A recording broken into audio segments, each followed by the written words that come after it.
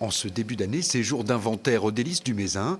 Coralie, la gérante du commerce, recense les cartons qu'elle va pouvoir réutiliser pour ses expéditions. Alors là, par exemple, je prépare un colis pour un client qui a commandé sur notre boutique en ligne. Et donc on réemploie un carton qu'on a reçu d'un de nos fournisseurs de vin pour limiter le gaspillage des ressources et réemployer ce qui peut l'être. La logique écolo et développement durable se décline à tous les rayons. Coralie, lauréate 2025 anti-gaspi Auvergne-Rhône-Alpes, n'a pas attendu le défi pour prendre conscience que chaque petit geste compte.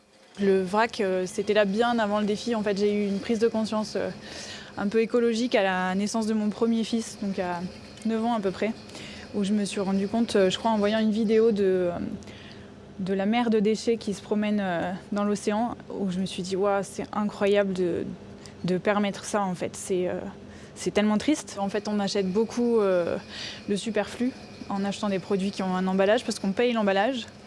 Et ça n'a aucun intérêt. On peut très bien mettre nos produits alimentaires dans des bocaux ou dans des pots à la maison.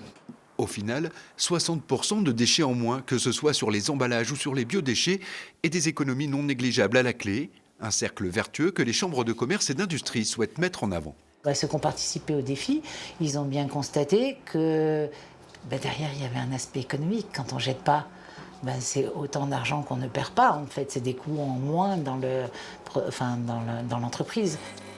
Coralie et ses salariés se projettent déjà sur l'année 2026 avec de nouveaux défis, mais toujours le même objectif, réduire l'empreinte de son activité sur l'environnement.